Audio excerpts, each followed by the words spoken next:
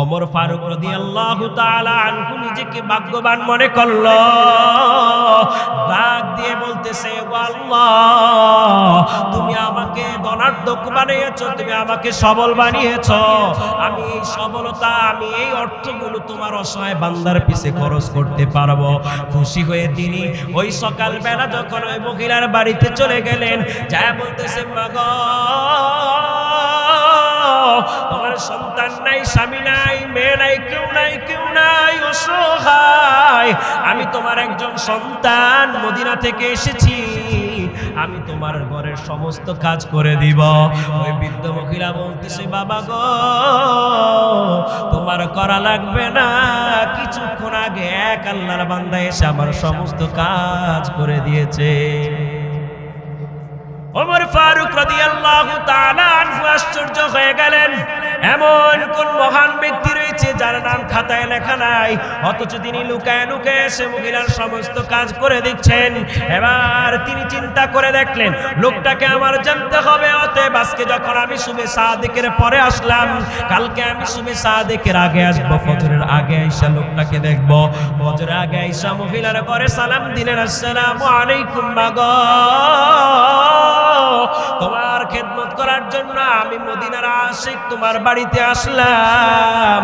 মহিলা ডাক দিয়ে বলে, ওরে পাগল, তুই আসার কিছুক্ষণ আগে ওই বান্দা আমার খেদমত করে চলে গেছে। ওমর ফারুক আরো আশ্চর্য হয়ে গেল, কিরে, আমি কালকে ফজরের পরে আসলাম, পাইলাম না, আজকে ফজরের আগে আসলাম, পাইলাম না, কালকে আমি তাহাজ্জুদের সময় চলে আসব। কে এমন মহান ব্যক্তি যিনি আল্লাহকে খুশি করার জন্য, আমার মালিকের পাগল হওয়ার জন্য নিজের অর্থ দিয়ে অসহায় মহিলার খেদমত করে? আমার জানা দরকার। কেননা আবু বকর ওমরের মধ্যে আমলের প্রতিযোগিতা চলতো। আবু বকর একটা আমল করলে ওমর চাইতো তার চেয়ে একটু বেশি করার জন্য, আবু বকর 1 টাকা দান করলে ওমর চাইতো এর চেয়ে বেশি দান করার জন্য। ওমরের মধ্যে কৌতূহল জেগে গেল, তিনি তাহাজ্জুদের সময় এসে মহিলাকে সালাম দিয়ে বলল, আসসালামু আলাইকুম মাগো, একে একে 2 দিন আসলাম, আজকে নিয়ে 3 দিন, আজকে তোমার খেদমত করব।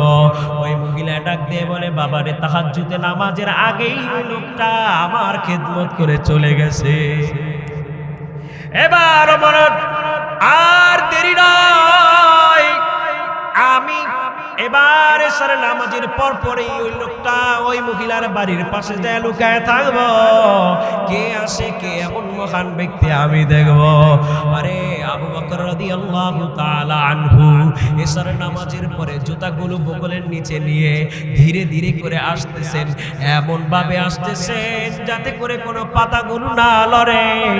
ওমর ফারুক লুকায় লুকায় দেখতেছেন আর চোখের পানি ফালায় কাঁদতেছেন, হায়রে আমিরুল মুমিনিন, যিনি মুমিনদের আমির, তিনি জুতাকে বগলের নিচে নিয়ে এত ধীরে ধীরে হাঁটতেছেন যাতে করে কোনো গাছের পাতাগুলো টের না পায়। আবু বকর যখন মহিলার বাড়িতে কাজ সেরে যাবেন, ওমর ফারুক আস্তে করে মৃদু সুরে সালাম দিল, আসসালামু আলাইকুম ইয়া আমিরুল মুমিনিন। আবু বকর দেখে ওমরকে দেখে অবাক হয়ে বলল, ওরে ভাই আমার, তুমি এত রাতে এখানে? আরে আমি প্রতিদিন এই মাকে খেদমত করার জন্য আসি, কিন্তু কোনোদিন আমার সৌভাগ্য হয় না। তুমি আবু বকর, আমি যখনই আসি তুমি আবু বকর আমার আগে আগেই চলে আসো। আজকে আপনার এই আলামত দেখে আমি খুশি হয়ে গেলাম। আপনি তো আমিরুল মুমিনিন, আপনি খালি পায়ে কেন এই পাথরের পথ দিয়ে খালি পায়ে হাঁটছেন? জুতা থাকা সত্ত্বেও বগলের নিচে কেন জুতা লাগাইলেন? এবার আবু বকর সিদ্দিক রাদিয়াল্লাহু তাআলা আনহু ডাক দিয়ে বলে, ওরে ভাই ওমর, আমি আবু বকরকে আমার আল্লাহ তাআলা আমির বানাইছেন যাতে করে আমার অধীনে যারা রয়েছে সকলের রাতের ঘুমগুলো যেন সুন্দর মতো হয়। আমি যদি রাতের বেলা জুতা পরে হাঁটি আর আমার জুতার আওয়াজ যদি কারো ঘুম ভেঙে যায়, আর ওই বান্দা যদি কাল কিয়ামতের ময়দানে যায় আল্লাহর কাছে নালিশ করে, ওগো আল্লাহ, তোমার বান্দা আবু বকরকে তুমি আমির বানাইছো, তার দায়িত্ব হলো রাতের ঘুম যেন তার অধীনে যারা রয়েছে নিরাপদে ঘুমাইতে পারে। তার দায়িত্ব হলো সকালবেলা যেন সকল মানুষগুলো যার যার ব্যক্তিগত কাজগুলো স্বাধীনভাবে করতে পারে। কিন্তু আবু বকর আমিরের দায়িত্ব পাইয়া তিনি জুতা পরে এমন জোরে জোরে হেঁটেছেন, তার জুতার আওয়াজে আমি ঘুমাইতে পারি না। ওই লোকটা যদি আমি আবু বকরের বিরুদ্ধে কিয়ামতের ময়দানে নালিশ দেয়, মানুষের হক নষ্ট করার দ্বারা আমার আল্লাহ তাআলা এই হক আল্লাহ তাআলা নিজে মাফ করবেন না, যতক্ষণ না পর্যন্ত ওই লোকটা না মাফ করবে। আবু বকর বলতেছে এই জন্য আমি জুতা খুলে হাঁটি। মুমিন কারা দেখছেন? নিজেকে তো মুমিন দাবি করছি, আমার আল্লাহ তাআলা বলতেছে তোমরা নম্রভাবে বিচরণ করো। কেমনে নম্রভাবে বিচরণ করবা? সিদ্দিক আকবরকে আমার আল্লাহ তাআলা নমুনা পাঠিয়ে দিয়েছে, ঠিক না বে ঠিক? কেমনে ভাবে নম্রভাবে বিচরণ করবা? আমার নবী প্যারা নবী হযরত মুহাম্মদুর রাসূলুল্লাহ সাল্লাল্লাহু আলাইহি সাল্লামকে নমুনা হিসেবে পাঠিয়ে দিয়েছেন, সাহাবায়ে কেরামকে পাঠিয়ে দিয়েছেন, তাবেঈনদেরকে পাঠাইছেন, তাবেঈনদেরকে পাঠাইছেন, উলামায়ে কেরামদেরকে পাঠিয়েছেন। যুগের পর যুগ, একের পর এক কিয়ামতের আগ পর্যন্ত উলামায়ে কেরাম আসবে, তাদেরকে দেখে দেখে নিজেকে উলামায়ে কেরামের রূপে রূপান্তরিত করো। উলামায়ে কেরাম যেমনি হাঁটে তুমিও সেমনি হাঁটো। আমার আল্লাহ তাআলা বলতেছেন আমি আল্লাহ তাআলা যেমনি ভাবে মুমিনের গুণ হিসাবে বর্ণনা করলাম, মুমিন তো হবে তারাই যারা দুনিয়ার ভিতরে নম্রভাবে বিচরণ করে, তাহলে তুমি মুমিন হতে পারবা। বলেন না সুবহানাল্লাহ। আমার আল্লাহ তাআলা ডাক দিয়া বলেন মুমিনের দ্বিতীয় সিফাত হলো ওয়াইদা খাতাবাহুমুল জাহিলুনা ক্বালু সালামা।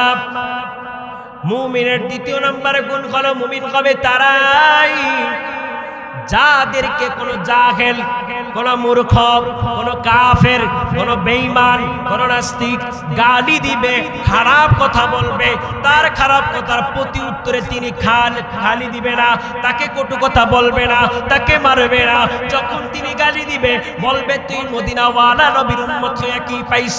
তোর কিছুই নাই, তোর বাড়ি নাই, গাড়ি নাই, কোনো কিছু নাই।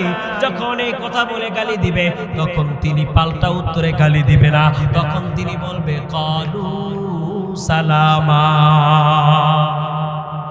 মুমিনের দ্বিতীয় নাম্বার গুণ হলো মুমিনকে যখন কোন কাফের, মুশরিক, কোন বেঈমান গালি দিবে তখন মুমিন তার প্রতি উত্তরে গালি দিবে না। মুমিন কখনো গালি দিতে পারে না। আরে ভাই, আজকে টুপি পরার কারণে কতজন গালি দেয়, দেয় কি দেয় না? আজকে দাড়িকে লম্বা করার কারণে কতজন গালি দেয়, দেয় কি দেয় না? আজকে যুবকদের সাথে চলাফেরা করতে পারি না বলে তোমাকে হুজুর মনে হয়, তুমি আমাদের সাথে চলতা, তুমি আমাদের সাথে ফিরতা, তুমি উলামায়ে কেরামের মতো দেখা যায়, অতএব তোমার সাথে হাঁটলে আমার বন্ধুরা আমার সাথে হাঁটবে না, এটা বলে কি বলে না? ওরে ভাই, এটা শুধু এই যুগে না, সর্বযুগেই ছিল। যিনি কোরআনের মালা গলায় গেঁথেছেন, যিনি ইসলামের মালা গলায় গেঁথেছেন, তাকে গালি দিত। তোমাকে আমাকে শুধু গালি দেয়, সাহাবায়ে কেরামদেরকে শুধু গালি দিত না, তাদেরকে মারধর করত, তাদের মুখে থুতু নিক্ষেপ করত, তাদের পিঠের উপরে উটের পচা নাড়ি বুড়িগুলো চাপায় দিত, দিত কি দিত না?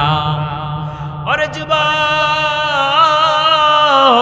মুমিনের দ্বিতীয় নাম্বার গুণ হবে মুমিনকে যখন গালি দিবে মুমিন তার প্রতি উত্তরে গালি দিবে না, ধৈর্য ধারণ করবে।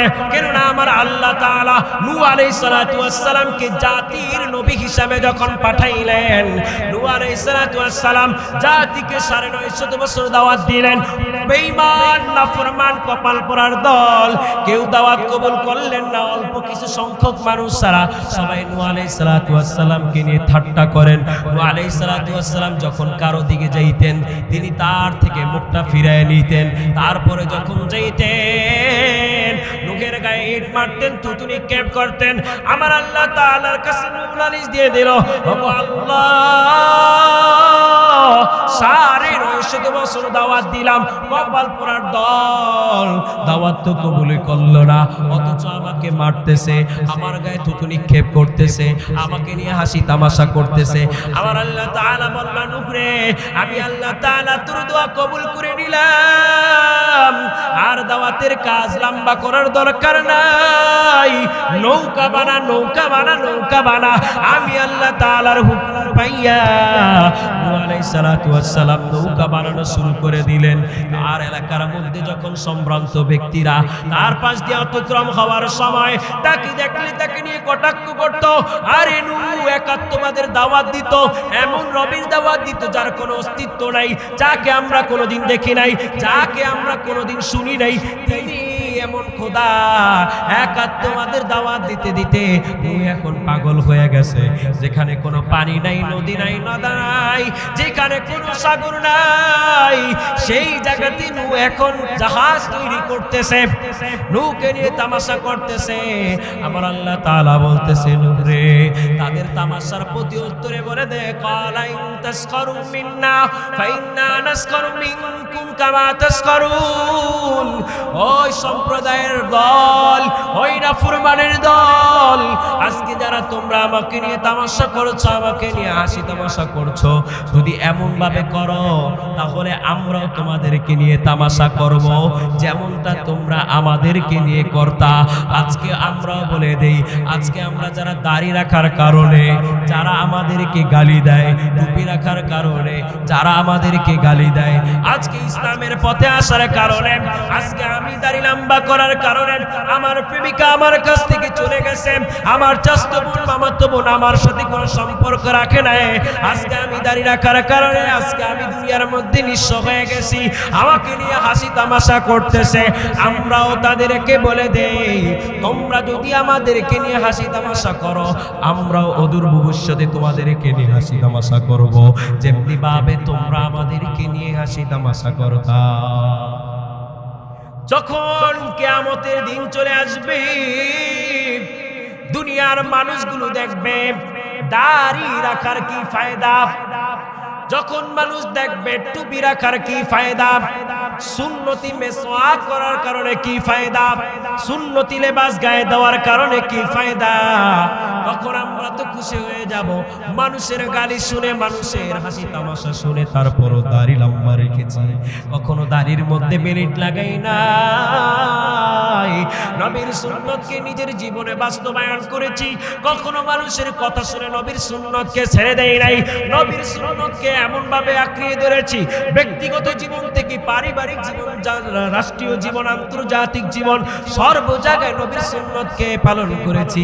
যখন এইটার আমলের ফায়দা আমাদের সামনে চলে আসবে, তখন আমরা খুশি হয়ে তাদেরকে দেখে দেখে বলবো, যারা আমাদেরকে দুনিয়ায় তামাশা করতো, ওরে ভাই তোরা বলেছিলি দাড়ি রাখলে তোকে মুরব্বী মনে হয়, আজকে দেখ দাড়ি রাখার কারণে আমরা জান্নাতে, তোরা দাড়ি রাখার না কারণে তোরা জাহান্নামে, নবীর সুন্নাত মানার কারণে আমরা জান্নাতে, না মানার কারণে তোরা জাহান্নামে, 5 ওয়াক্ত নামাজ পড়ার কারণে আমরা জান্নাতে, 5 ওয়াক্ত নামাজ তোমরা না পড়ার কারণে তোমরা জাহান্নামে।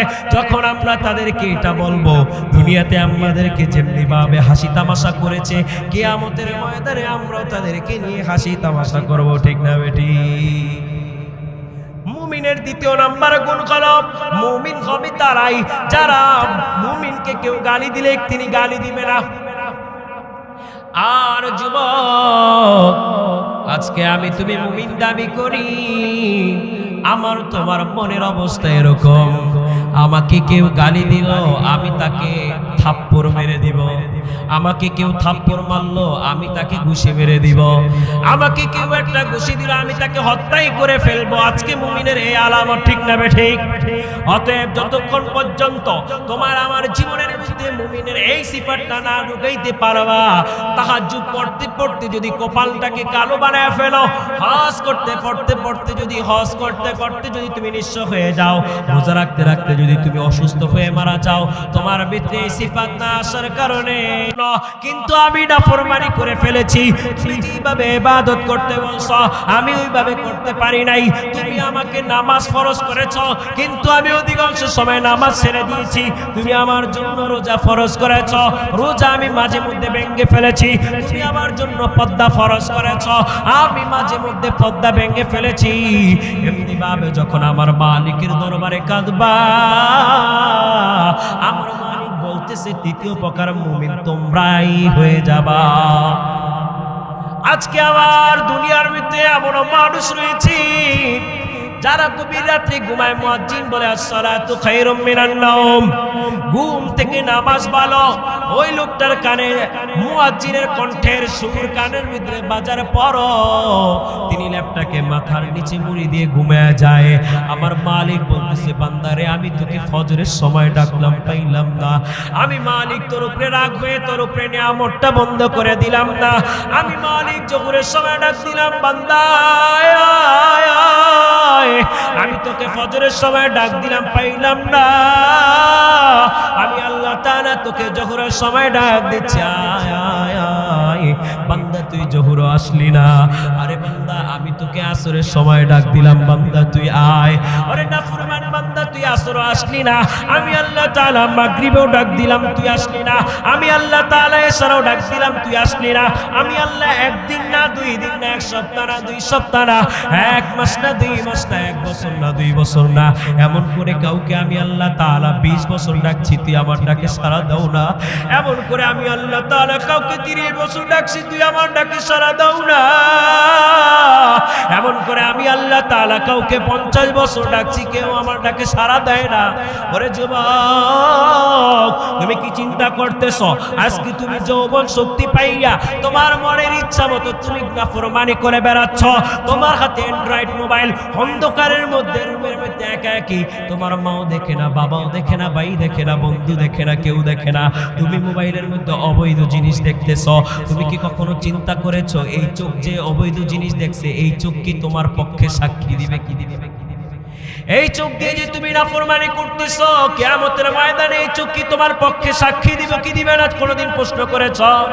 যেই কান দিয়ে তুমি গান শুনতেছো কোনোদিন প্রশ্ন করেছো রে কান তোর তো শুধু গান শুনতেই ভালো লাগে, ওরে কান কিয়ামতের ময়দানে তুই কি আমার পক্ষে সাক্ষী দিবি কি দিবি না কখন কি জিজ্ঞাসা করেছো?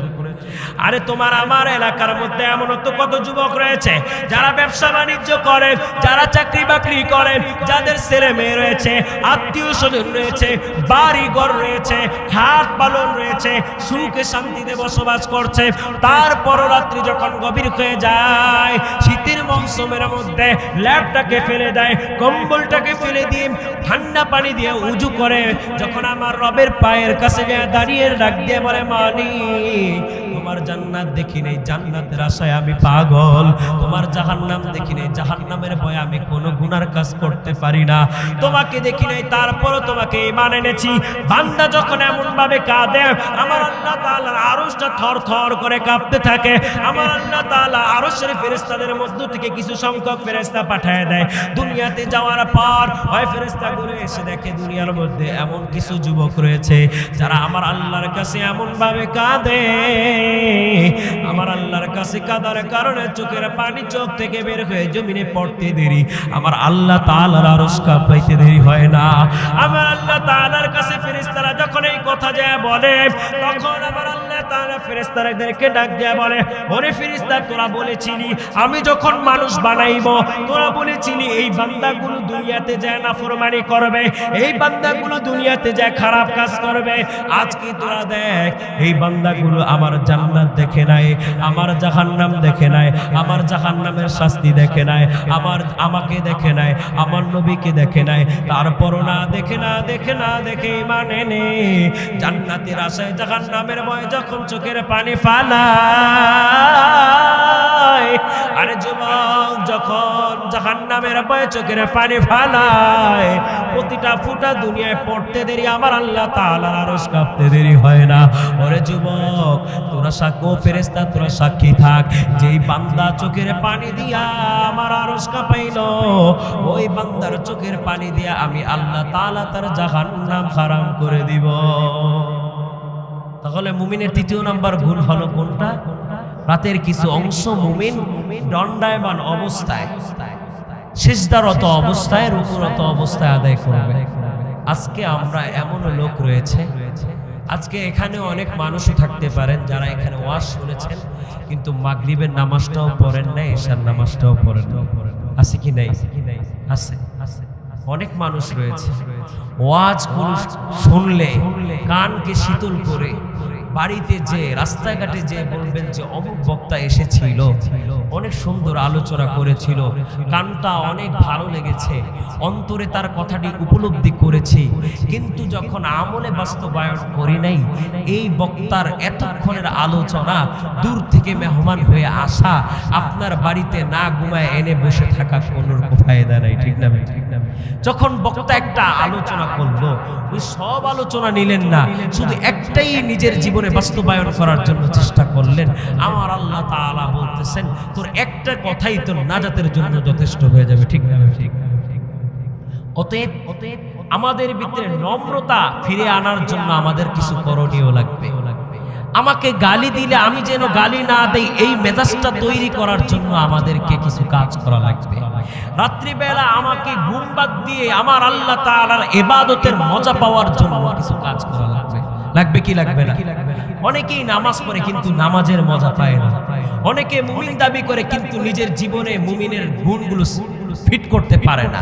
এই জন্য তাদের কাজ করা লাগবে। সেই কাজটা হলো, তুমি যদি মুমিন হতে চাও, তুমি কোরআন হাদিসের মাধ্যমে তুমি পরিপূর্ণ সিফাতগুলো তোমার নিজের জীবনে বাস্তবায়ন করতে পারবা না যতক্ষণ না পর্যন্ত তুমি কোরআনের সাথে হাদিসের সাথে আল্লাহ ওয়ালাদের সম্পর্ক না থাকবে। ঠিক না? ঠিক না? যখন আল্লাহ ওয়ালাদের সাথে তোমার সম্পর্ক হয়ে যাবে, কোরআনও থাকবে তোমার সাথে, হাদিসও থাকবে তোমার সাথে, আল্লাহ ওয়ালা থাকবে তোমার সাথে। কোরআন থেকে তুমি শুনবে, হাদিস থেকে তুমি জানবে, আলেম থেকে তুমি দেখবে। তোমার আমলের মধ্যে, তোমার জীবনের মধ্যে, তোমার দেহের মধ্যে, তোমার হায়াতের মধ্যে আলেম যেটা করছে, তুমি কোরআন হাদিস দিয়ে চিন্তা ভাবনা করে যখন এটাকে বাস্তবায়ন করবে, তখনই তুমি প্রকৃত মুমিন হতে পারবে। ঠিক না? ঠিক না? এই জন্য আমাদের করণীয় হলো ওলামায়ে কেরামের সাথে আমাদের সম্পর্ক ভালো রাখা। ঠিক না? ঠিক না? ওলামায়ে কেরামের সাথে যদি সম্পর্ক ভালো না রাখি, তাহলে কোরআন হাদিস পড়ব, কোরআন হাদিস প্র্যাকটিক্যালি যদি আমল না দেখি, নিজের জীবনে বাস্তবায়ন করতে পারবো না। আরে ভাই, আল্লাহ ওয়ালাদের সাথে চললেই আল্লাহ ওয়ালা হওয়া যায়। আল্লাহ ওয়ালাদের সাথে যদি না চলো, আল্লাহ ওয়ালা হওয়া যাবে না। এই জন্য বাংলাতে একটা প্রবাদ রয়েছে, সৎ সঙ্গে স্বর্গবাস, অসৎ সঙ্গে সর্বনাশ। ভালো মানুষের সাথে তুমি চলবা, ভালো হতে পারবা। খারাপ মানুষের সাথে চলবা, খারাপ হওয়াটাই স্বাভাবিক। ভালো মানুষ সর্বদা ভালো কথা বলে, আল্লাহ তাআলার সৃষ্টি নিয়ে কথা বলবে, আল্লাহর নবীর কথা বলবে, কোরআন নিয়ে কথা বলবে। এই কথাগুলো যখন তোমার কানের মধ্যে যাবে, আস্তে আস্তে তোমাকেও ভালো হতে বাধ্য হবে। ঠিক না? ঠিক না? আর খারাপ মানুষের সাথে তুমি চলবা, পাঁচ ওয়াক্ত তুমি নামাজ পড়ো, রোজাও রাখো, যাকাতও দাও, হজও দাও, কিন্তু এমন একটা বন্ধু বানাইলা যার কথার আগা মাথায় গালি ছাড়া তিনি কথা বলে না, তার সাথে থাকতে থাকতে তোমার কথাটাও এরকম হয়ে যাবে, তোমার সাথে কারো রাগান্বিত হয়েছে, তুমি মুখে গালি দিয়ে দিবে। ঠিক না? ঠিক। অতএব ভালো মানুষের সাথে চলতে হবে। আমার আল্লাহ তাআলা বলতেছেন, ভালো মানুষের সাথে চললে ভালো মানুষ হওয়া, আর খারাপ মানুষের সাথে চললে খারাপ মানুষ হওয়া। এইটার বিবরণ দিতে গিয়া সূরা ফুরকানের মধ্যে আমার আল্লাহ তাআলা বলেন, কিয়ামতের ময়দানে কাফেরগুলো যখন তারা আমার নবীকে পাইয়া, ভালো মানুষ পাইয়া, আমানতদার পাইয়া আমার নবীর হাতে ঈমান আনলো না, তারা খারাপ বন্ধুদের কারণে, খারাপ বন্ধুর মন রক্ষা করার কারণে খারাপ হয়ে গেছে। এইটা দেখে তিনি আফসোস করবে, আর কিয়ামতের দিন বলবে, ইয়া ওয়াইলাতা লাইতানি লাম আত্তাখিয ফুলানান খলিলা, ইয়া ওয়াইলাতা লাইতানি লাম আত্তাখিয ফুলানান খলিলা। হায় আফসোস, আজকে যদি আমরা দুনিয়াতে ওই সমস্ত খারাপ মানুষদেরকে বন্ধু না বানাইতাম, মদিনাওয়ালা নবীকে বন্ধু বানাইতাম, তাহলে আজকে আমাদের জাহান্নাম হইতো না। আমাদের জন্য আমার আল্লাহ তাআলা আমাদের জন্য জান্নাতের ব্যবস্থা করে দিত। ঠিক না? ঠিক না? এই আয়াতের শানে নুজুল বর্ণনা করতে গিয়ে মুফাসসির কেরামগণ আলোচনা করেন মদিনার ভিতরে একজন লোক ছিল, তার নাম উকবা ইবনে আবি মুআইত। নাম কি? উকবা ইবনে আবি মুআইত। তিনি মদিনার মধ্যে মক্কা মদিনার মধ্যে ধনাঢ্য একজন ব্যবসায়ী ছিল। তিনি কাফের হলেও তার মধ্যে কিছু ভালো গুণ ছিল। তিনি প্রত্যেক বছর ব্যবসায় লাভবানের টাকা দিয়ে কিছু কিছু মানুষদেরকে তিনি খাওয়াইতো, যাতে করে আগামী বছর তার ব্যবসায় এর চেয়ে বেশি লাভ হতো। এইটা তিনি আখিরাতের জন্য করতেন না, দুনিয়াতে ভালো ফায়দা পাওয়ার জন্য করতেন। এক বছর তার ব্যবসায় খুবই বেশি লাভবান হলো।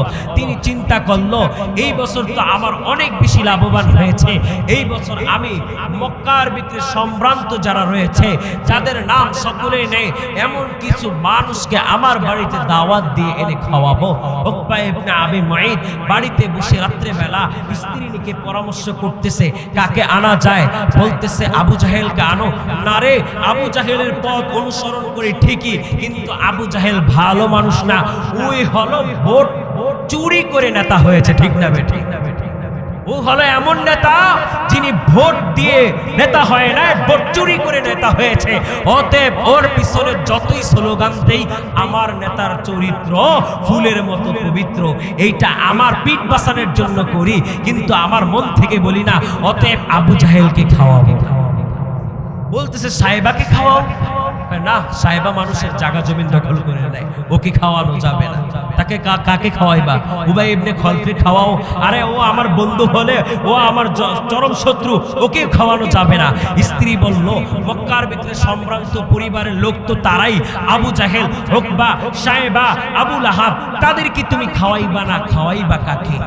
বলতেছে মক্কার মধ্যে যদি ভালো মানুষ দেখতে চাই, যার আচরণ আমি যদি দেখতে চাই, যার সিফাতগুলো আমি দেখতে চাই, যার মধ্যে কোনো মিথ্যা নাই, যার মধ্যে কোনো আমানতের খেয়ানত নাই, এমন শুধু একজনই রয়েছে, তিনি হলো মুহাম্মদ সাল্লাল্লাহু আলাইহি ওয়াসাল্লাম।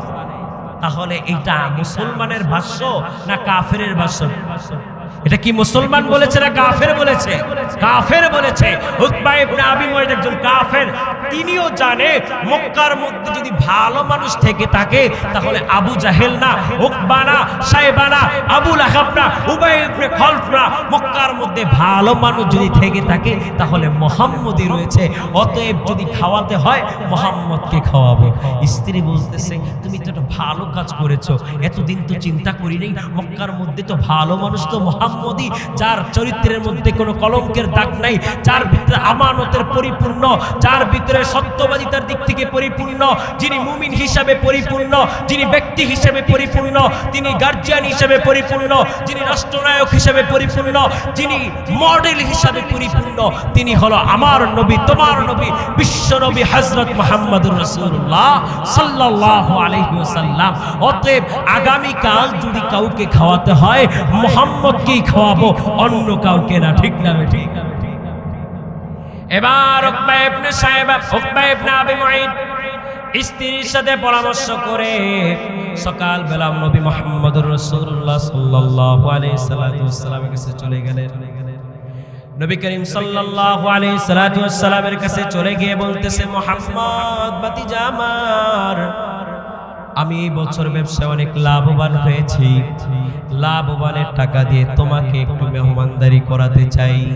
তুমি আমার বাড়িতে আসবে, আমার বাড়িতে এসে কিছু মেহমান গ্রহণ করবে, এটা আমার কাছে অনেক প্রাপ্তি, তুমি আমার বাসায় এসো। নবী মুহাম্মদ চিন্তা করলেন, আমি হলাম মুমিন মুসলমান, আমি কেন একজন কাফেরের বাড়িতে যাব? নবী মুহাম্মদ দাওয়াতটা গ্রহণ করতে চাইলেন না। জিবরিল আমিন আল্লাহর পক্ষ থেকে চলে আসলেন, নবী গো, আপনি দাওয়াতটা কবুল করে নেন। উকবা ইবনে আবি মুআইত নবীকে দাওয়াত দিলেন। নবী আগামীকাল দুপুরবেলা তার সতী সঙ্গীদেরকে নিয়ে আবু বকর, ওমর, ওসমান, আলী, নবীর সাহাবায়ে কেরামদেরকে নিয়ে উকবা ইবনে আবি মুআইতের বাড়িতে চলে গেলেন। উকবা ইবনে আবি মুআইত দুপুর বেলা সকলের সামনে দস্তরখান পরিবেশন করলেন, প্লেট দিলেন, খাবার দিতেছেন, সব কিছু পরিবেশন করছেন, সকলের প্লেটে খাবার দিয়ে দিয়েছেন। কিন্তু নবীজি খাবারের ভিতরে হাত দিয়ে মাখতেছেন, কিন্তু খাবার মুখে দিচ্ছেন না। উকবা ইবনে আবি মুয়াইত দেখে আশ্চর্য হয়ে গেল। মুহাম্মদকে দাওয়াত দিলাম, মুহাম্মদ দাওয়াত কবুল করে সাহাবায়ে কেরামদেরকে নিয়ে আমার বাড়িতে চলে আসলেন। আমি তাদের সামনে খাবারকে পরিবেশন করলাম। সব কিছু করার পর নবীজি হাত দিয়ে খাবার মাখতেছেন, কিন্তু খাবার খাচ্ছেন না। কেন, কি হলো? মুহাম্মদ খাবার খাচ্ছে না কেন? ডাক দিয়ে বলতেছে, ভাতিজা আমার, দাওয়াত কবুল করে কেন খাবার খাও না? কি সমস্যা একটু আমাকে স্পষ্ট করে বলো। নবী মুহাম্মদ ডাক দিয়ে বলে, ওরে উকবা ইবনে আবি মুয়াইত, তোর বাড়ির খাবার আমি নবী মুহাম্মদের পেটে যাইবে, আর আমি তোর খাবার খেয়ে আমি কাল কিয়ামতের ময়দানে যখন তোকে জাহান্নামী হিসাবে দেখব, আমি নবী সহ্য করতে পারবো না। কারণ আমি নবী তো এমন নবী যাকে আমার আল্লাহ তাআলা রাহমাতাল লিল আলামিন হিসেবে পাঠাইছেন। আমি তোর মাধ্যমে একটু উপকৃত হব, আর আমি তোর কোনো উপকার করব না। তুই আমাকে খাওয়াইছ, আমার সাহাবায়ে কেরামদেরকে খাওয়াইছ, আমাকে খাওয়ানোর কারণে আমি উপকৃত হয়েছি। কিন্তু কাল কিয়ামতের ময়দানে তুই আমার সামনে ধ্বংসশীলদের কাতারে যাবি, তুই জাহান্নামী হয়ে যাবি। এটা আমি নবী কখনো সহ্য করতে পারবো না। অতএব উকবা, আমি তোমার বাড়িতে খাবার খেতে পারবো না। উকবা এবার পেরেশান হয়ে গেল। কিন্তু কেন না, মক্কার মধ্যে একটা সম্মানিত কাজ হলো, কাফের হোক, মুশরিক হোক, মুসলমান হোক, ইহুদি হোক, নাসারা হোক, সম্মানিত ব্যক্তিদের আলামত হলো তারা গরিবদেরকে, অসহায়দেরকে তার বাড়িতে দাওয়াত দিয়ে এনে খাওয়াইতেন। আর মক্কার মধ্যে, মদিনার মধ্যে সবচেয়ে সম্মানিত কাজ হলো কোন ব্যক্তি যদি কোনো মেহমানকে তার বাড়িতে দাওয়াত দেন, আর তিনি যদি তার বাড়িতে দাওয়াত গ্রহণ না করেন, তাদের কাছে এটা সবচেয়ে অপমানজনক কাজ। এই জন্য উকবা ইবনে আবি মুয়াইত ডাক দিয়ে বলে, মুহাম্মদ, তোমার মনের কষ্ট আমি বুঝতে পেরেছি, কি করতে হবে বলো, আমি কা করতে রাজি। নবী বলতেছে, ওরে উকবা, আমি নবী তখনই তোমার খাবার আমার মুখে দিব যখন তুমি আমার নবীর হাতে কালিমা পড়ে মুসলমান হয়ে যাবা। এবার উকবা ইবনে আবি মুয়াইত ডাক দিয়ে বলে, মুহাম্মদ, এইটুকুই খালি তোমার শর্ত, আমি করব, আমি কালিমা পড়ব, আমি মুসলমান হয়ে যাব। নবীজির হাতে হাত দিল, দেওয়ার পর কালিমা পড়ল, মুসলমান হয়ে গেল। নবীজি দস্তরখানে এনে বসাইলেন, সাহাবায়ে কেরামদের সাথে আইনা বসাইয়া একত্রে খাবার সেরে নবীজি চলে গেলেন। মনের ভরে খুশি। তিনি বলতেছেন, আজকে একই কাফেরের বাড়িতে যাওয়ার কারণে, তার বাড়িতে মেহমানদারি করার কারণে আজকে আমি এক মুশরিককে জান্নাতের পথের দিশা দেখাই দিছি। নবী খুশি হয়ে গেলেন। খবরটা উকবার বাড়ির ভিতরে সীমাবদ্ধ রয়ে নাই। উকবার পরিচিত যারা রয়েছে, উকবার একজন বন্ধু ছিল, পেয়ারা বন্ধু, যার পরামর্শ নিয়ে ব্যবসা করত, যার পরামর্শ নিয়ে সমস্ত কাজ করত। ওই বন্ধুর নাম উবাই ইবনে খালফ। উবাই ইবনে খালফের কানে চলে গেল, উকবা মুহাম্মদের হাতে কালিমা পড়ে মুসলমান হয়ে গেল। উকবার বাড়িতে এবার উবাই ইবনে খালফ চলে আসলো। আয়েশা বলতেছে, ওরে উকবা, কখনো আমার পরামর্শ ছাড়া কোনো কাজ করো নাই, কখনো আমাকে না জানে কোনো কাজ করো নাই। ব্যবসার ক্ষেত্রে আমার সাথে পরামর্শ, চাকরির ক্ষেত্রে আমার সাথে পরামর্শ, পারিবারিকভাবে আমার সাথে পরামর্শ, ব্যক্তিগতভাবে আমার সাথে পরামর্শ। কিন্তু আজকে এত বড় একটা খারাপ কাজ করলা। বাপ দাদার সত্য ধর্মগুলো বাদ দিয়ে মুহাম্মদের ভ্রান্ত ধর্ম তো তুমি কবুল করে নিলা, কিন্তু আমাকে একবারও জানাইলা না। উকবা ইবনে আবি মুয়াইতকে ডাক দেয়া উবাই ইবনে খালফ বলতেছে, তুমি কি কালিমা পড়ে মুসলমান হয়ে গেছো? কাহা, আমি মুহাম্মদের হাতে কালিমা পড়ে মুসলমান হয়ে গেছি। উবাই ইবনে খালফ ডাক দেয়া বলতেছে, তাহলে তুমি জেনে রাখো, যেহেতু তুমি মদিনা ওয়ালা নবীর উম্মতের অন্তর্ভুক্ত হয়ে গেছো, তুমি কালিমা পড়ে মুসলমান হয়ে গেছো, এতদিন তুমি আমার ভালো আচরণ দেখেছো, এতদিন তুমি আমার ভালো আচরণ দেখেছো, আজ থেকে তোমায় আমার ভালো আচরণ দেখবা না। আমি কতটা খারাপ হতে পারি তুমি এখন থেকে টের পাইবা। উকবা ইবনে আবি মুআইত চিন্তা করে দেখলো, যেই বন্ধুর সাথে ছোটবেলা ঘুরছি, যেই বন্ধুর সাথে একসাথে ব্যবসা করেছি, যেই বন্ধুর পরামর্শে সমস্ত কাজ করছি, আজকে কালিমা পড়ার কারণে ওই বন্ধু আমার হাত ছাড়া হয়ে গেছে। উকবা ইবনে আবি মুআইত এটা সহ্য করতে পারলো না। ডাক দিয়ে উকবা ইবনে খালফকে ডাক দিয়ে বলে, আরে ভাই, ওরে বন্ধু, কালিমা পড়ার কারণে তোর সাথে আমার সম্পর্ক নষ্ট হয়ে যাবে, এইটা আমি কখনো মানতে পারবো না। অতএব আমি মদিনাওয়ালা নবীর কালিমা মদিনাওয়ালা নবীকে দিয়ে দিব, কিন্তু আমার বন্ধুত্ব হারাতে পারবো না। উবাই ইবনে খালফ বলতেছে, যদি তাই হয় মদিনাওয়ালা নবীরে ডাক দাও, আইনা তার কালিমা তার কাছে ফেরত দাও। নবীকে ডাক দেওয়া হলো, উঠানের মাঝখানে তাদেরকে নিয়ে মিটিং করা হলো।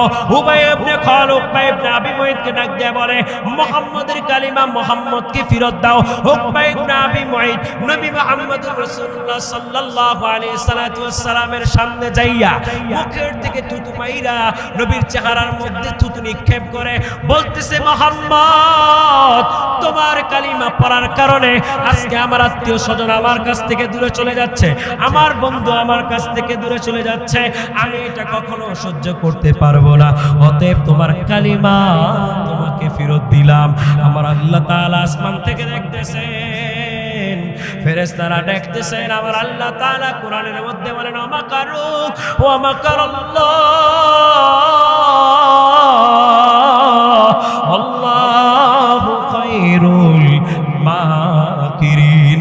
ষড়যন্ত্রকারীরা ষড়যন্ত্র করবে, যত বেশি করো না কেন আমার আল্লাহ তাআলা তার চেয়ে বেশি প্রতিদান তাদেরকে দিবেন। ঠিক না বেঠিক? নবী মুহাম্মদুর রাসূলুল্লাহ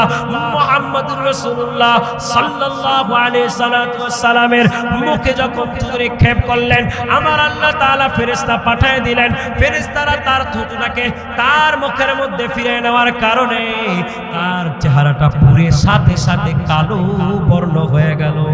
বলেন না নাউজুবিল্লাহ। তাহলে এই ঘটনা থেকে বুঝতে পারলাম, যদি খারাপ বন্ধুর সাথে যদি আমার তোমার সম্পর্ক থাকে, তাহলে ইমানের মতো দৌলত পাওয়ার পরও নাফরমান হয়ে মরা লাগে। ঠিক না? ঠিক না?